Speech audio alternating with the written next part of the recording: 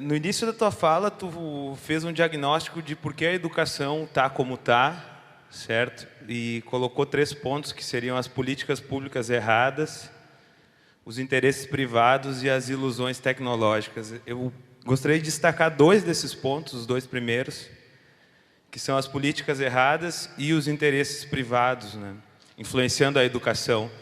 Sobre os interesses privados, Karl Marx nos avisou que ia ser assim, o Paulo Freire nos avisou que ia ser assim, e tu agora de novo está nos chamando a atenção que ia ser assim, que o interesse privado ele ia influenciar negativamente para uma educação libertadora, uma educação que gerasse autonomia. Eu estou chamando a atenção para isso porque esse diagnóstico é um diagnóstico estrutural, é um diagnóstico de uma questão social que está centralizada numa estrutura, né? E tu termina a tua fala colocando esses 4 pontos, que é a disposição pessoal, a interposição profissional, a composição pedagógica e a exposição pública, que são caminhos, são pistas que tu dá, mas que estão centralizadas no sujeito, no professor, né? No sujeito individual. Eu considero que existe um grande abismo aí entre esse sujeito individual e essa estrutura social.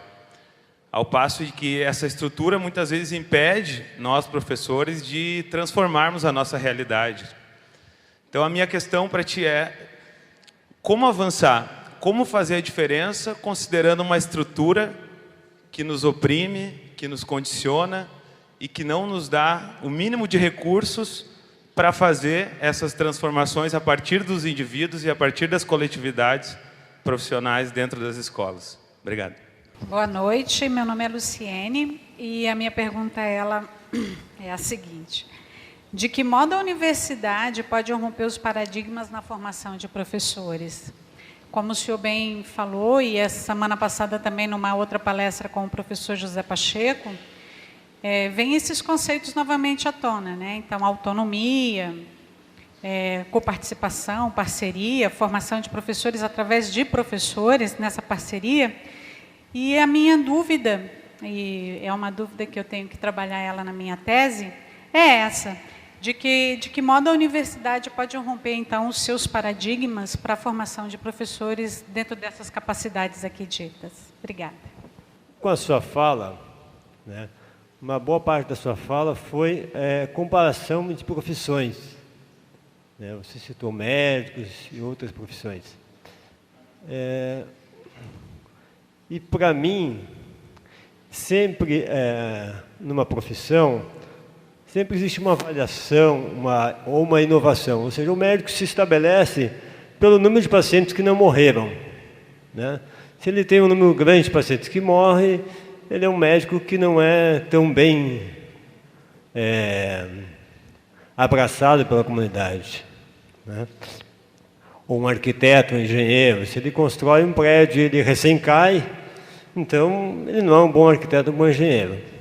A questão da educação, existe uma outra variável, que é a questão do tempo. Nós trabalhamos, eu não fiz pedagogia, né? A minha formação é mais acadêmica, mas a gente trabalha na educação infantil e as crianças são pequenas. Elas vão dar um resultado futuro para a sociedade daqui a 10, 15, 20 anos. E como é feita como a sociedade avalia isso? Numa profissão que o resultado não é imediato. O resultado é de uma geração. Então nós ficamos numa situação um pouco volúvel, se é que posso botar essa palavra. Era esse o meu questionamento. O Gabriel foi-se embora, estava-lhe a pedir para ele ficar aqui, mas ele desapareceu, não quer, não é? Então, tentar dar respostas curtas, mas apesar de tudo, tentar com alguma... ver se eu consigo esclarecer a minha posição. Não é? Sobre a primeira pergunta, o que eu procurei fazer ao longo desta intervenção foi falar muito no sujeito, mas no sujeito profissional, quer dizer, na profissão enquanto coletivo. Não é?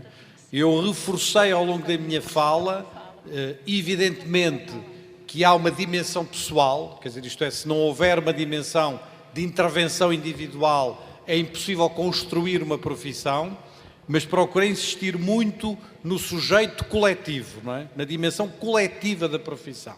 Porque eu julgo que é aí que está o ponto. O ponto está na fragilidade da profissão.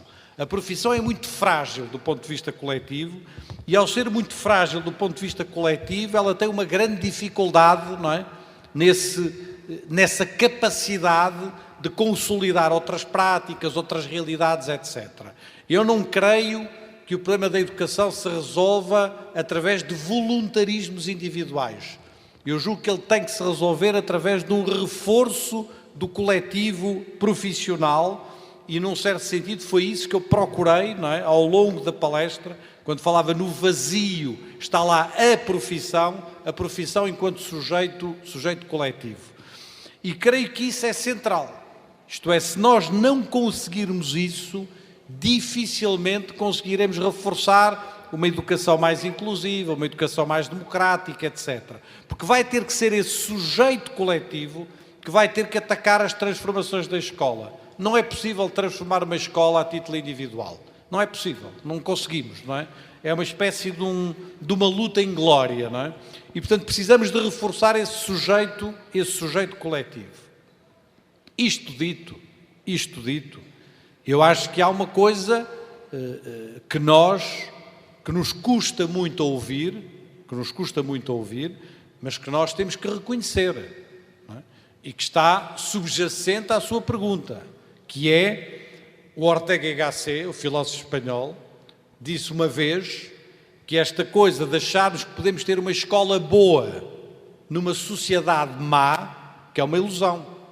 E, portanto, ele dizia, uma nação é grande quando a sua escola é boa e o resto da sociedade é boa também. Os seus hospitais, a sua política, a sua economia, etc. E, portanto, a ideia de que a escola vai salvar a sociedade é uma ideia muito inocente e muito ingênua. A escola é parte de um todo social, ela pode contribuir também para isso, mas temos que ter consciência que ela evolui na medida em que evolui uma determinada sociedade.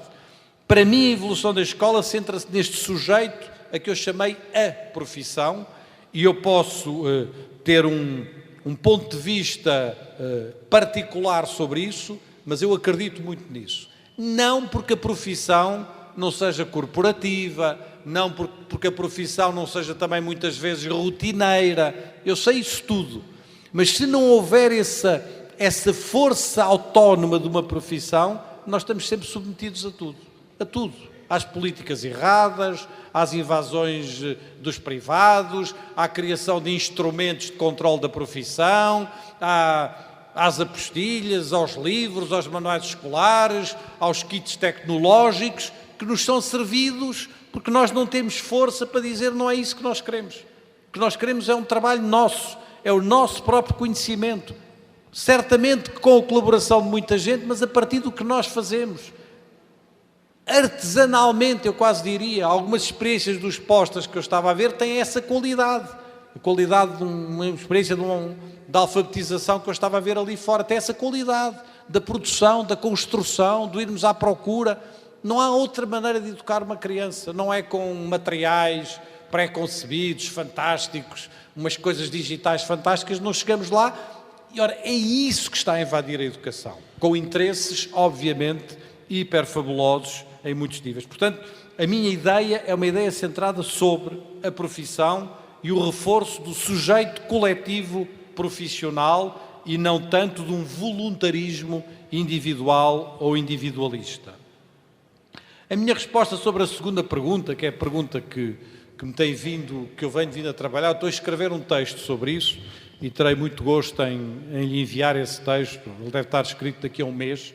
A minha resposta, como já percebeu, é uma resposta relativamente fácil, não é?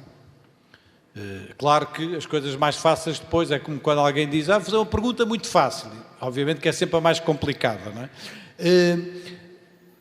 Eu acredito hoje, na fase da minha vida, na fase da vida em que eu estou, acredito que o que é mais significativo, eu não sei onde é que está a pessoa que fez a pergunta, Já se foi embora. Não, está ali, peço desculpa. Mas é que dá-me jeito de olhar para... ok.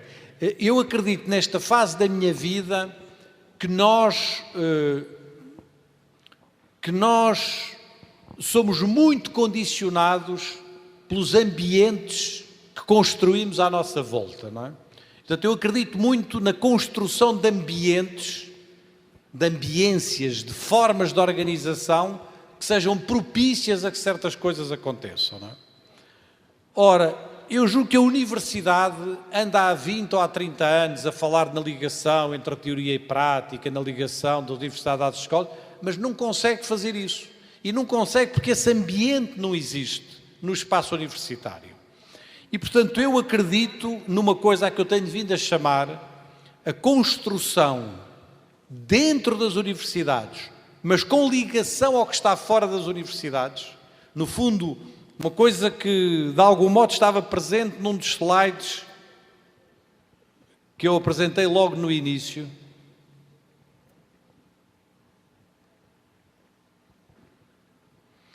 A construção de um ambiente, é uma coisa a que eu chamo a casa comum da formação e da profissão. Isto é, um lugar onde estão as universidades, onde estão as escolas e onde estão representantes dos professores, onde está a profissão, não é?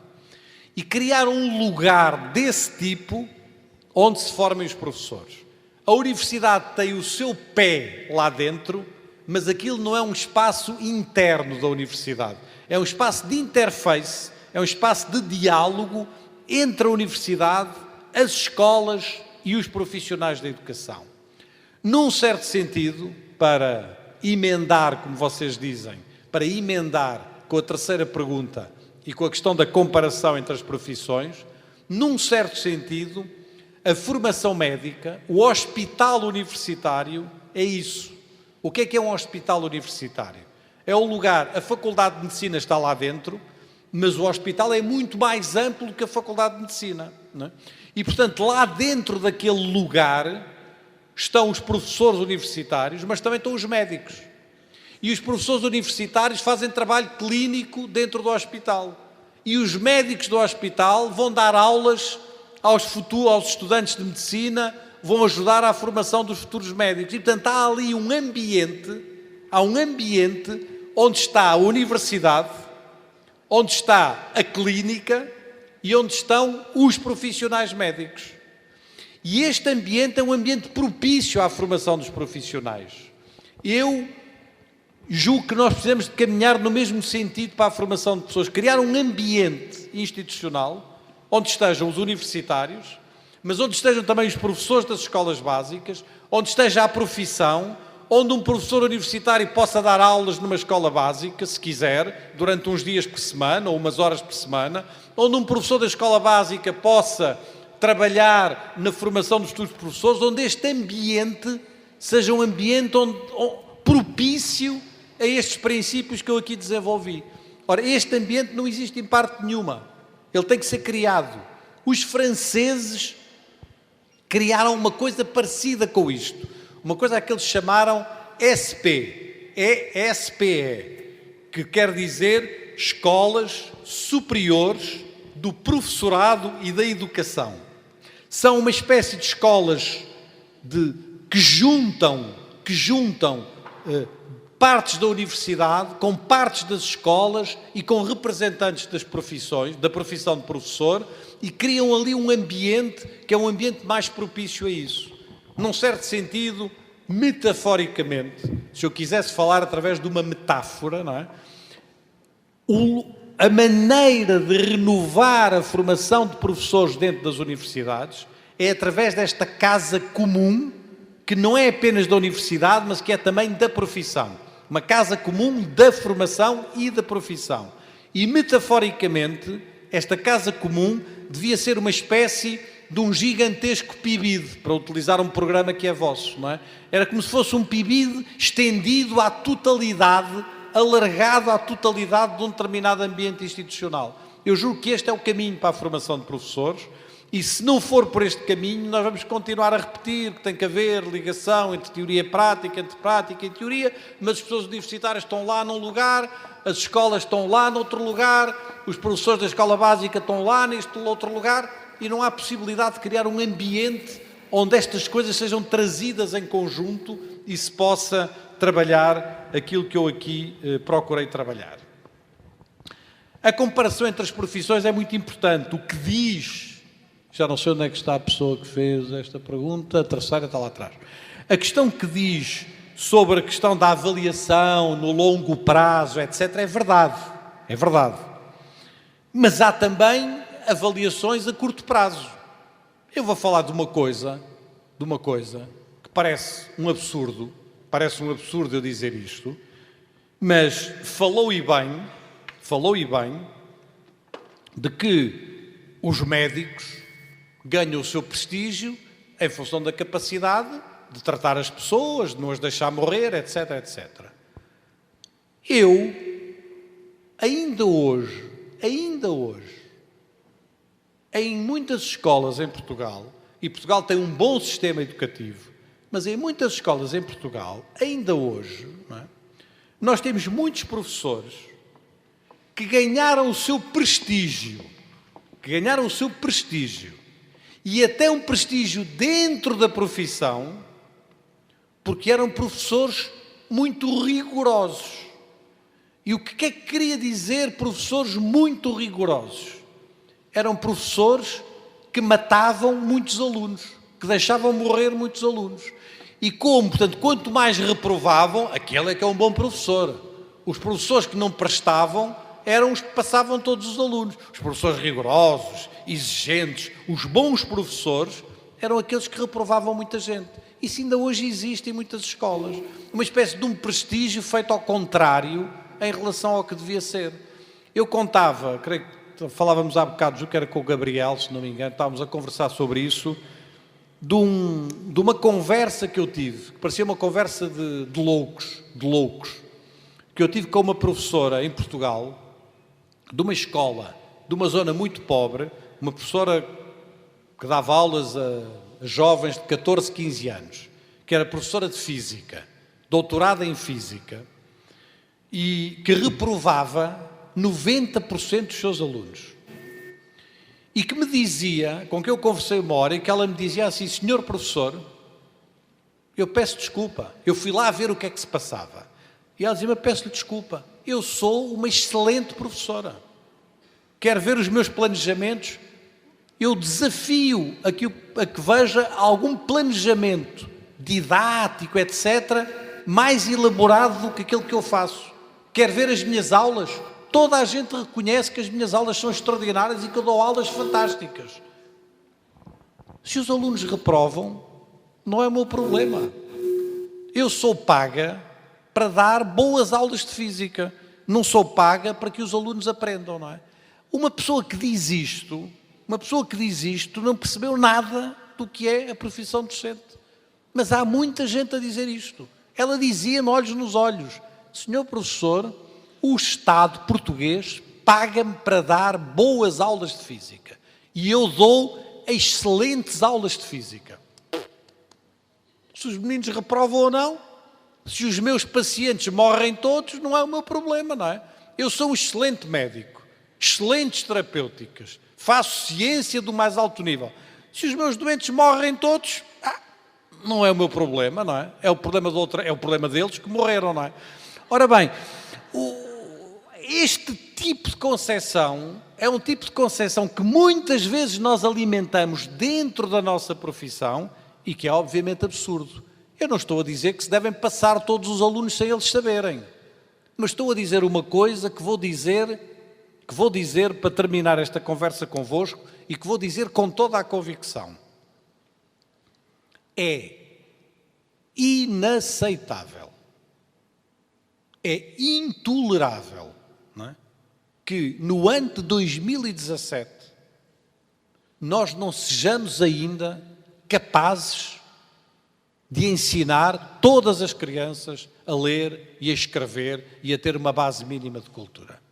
Como é que isto é possível?